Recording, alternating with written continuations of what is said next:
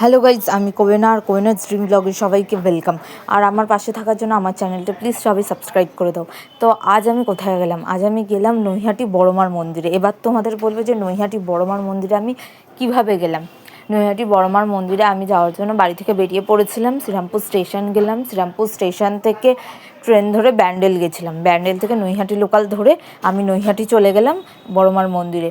Naihati station থেকে প্রায় 4 থেকে 5 মিনিট জাস্ট হাঁটতে লাগে, হেঁটেই তোমরা পৌঁছে যাবে বড়মার মন্দিরে। বেশিক্ষণ লাগে না, স্টেশন থেকে জাস্ট 4 থেকে 5 মিনিট, বা খুবই কাছের রাস্তা। টোটো করার কোনো দরকার নেই, জাস্ট হেঁটেই তোমরা পৌঁছে যেতে পারবে।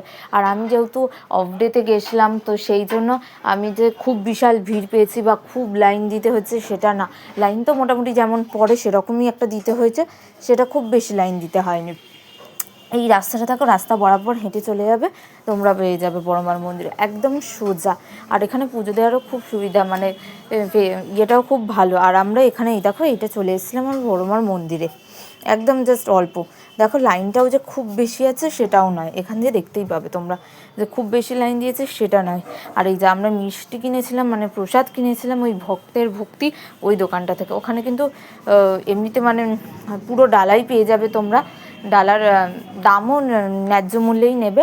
তো ওখান থেকে তোমরা ডালা কিনে নিতে পারো পুজোর জন্য। অনেক রকমের মিষ্টিও পাবে ওখানে, খুব ভালো মিষ্টি দিচ্ছি। আর এখানে দেখো এরা রয়েছে ওই কপালে ওই বড়মা লিখে দেওয়ার জন্য।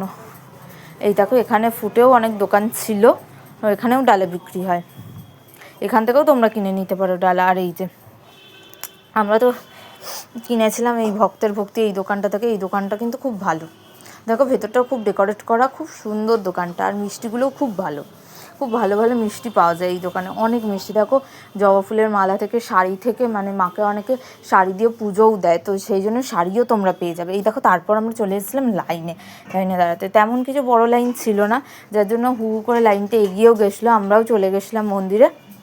এই যে মন্দিরের ভেতরে ঢোকার গেট এটা, এইটা দিয়ে গিয়ে মোটামুটি 8টা লাইন কভার করে মায়ের মন্দির। এখান থেকে ঘুরে ঘুরে মোটামুটি 8টা লাইন দিতে হয়েছিল। এই দেখো সবার হাতে রয়েছে ডালা পুজোর। আর মায়ের তো জবা ফুল খুব পছন্দের, তো এই জন্য জবা ফুলও দেওয়া হয়েছিল এখানে। আর এই যে মায়ের মন্দিরে আমরা চলে এসেছি ভেতরে, দেখো এইখানে পুজো দিয়েছে। আমি তো একদম সামনে থেকে পুজো দিতে পেরেছি, মায়ের ভিডিও করতে পেরেছি ওই জন্য একদম সামনে থেকে। এখানে ভিডিও করতে সম্ভবত দেয় না, তা আমি করেছি। আর এটা হচ্ছে এক্সিট গেট, মানে মায়ের মন্দির থেকে বেরিয়ে যাওয়ার গেটটা। দেখো এখান দিয়ে বেরিয়েই যেতে হবে, এই যে এই বড় দরজাটা, এইটা দিয়ে মন্দিরের এক্সিট, এখান দিয়ে বেরিয়ে যাবে। এইখান দিয়ে অনেকে দণ্ডিও কাটছিল।